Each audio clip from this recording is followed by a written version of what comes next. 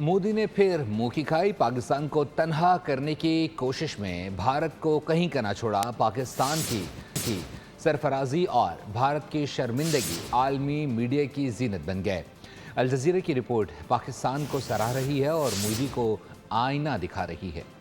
पाकिस्तान पूरे जहान में नामवर, मोदी की हिकमत अमली मुंह के बल गिरी, आलमी सियासत की बिसात पर भारत को मात दे दी। अल जज़ीरा की रिपोर्ट पाकिस्तान के अज़्म इस्तिक़ामत और मोदी के मकरू मंसूबों का पर्दाफाश कर गई। रिपोर्ट में पाकिस्तान को खित्ते में असर रसूख रखने वाली क़ुव्वत करार दिया।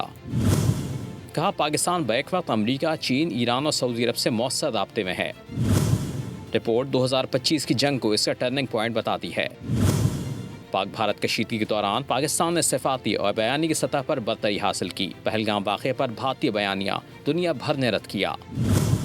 पाकिस्तान और चीन की करीबी शराकतदारी, खलीजी ममालिक के साथ बढ़ता दिफाई ताउन और बांग्लादेश के साथ बेहतर होते ताल्लुकात ने खित्ते में नई सिफाती जहतें पैदा की हैं।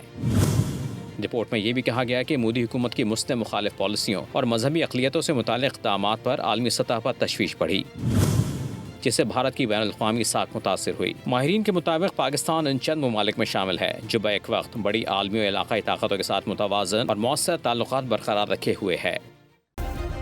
सब्सक्राइब करें और बेल दबाएं ताकि कोई खबर रह न जाए।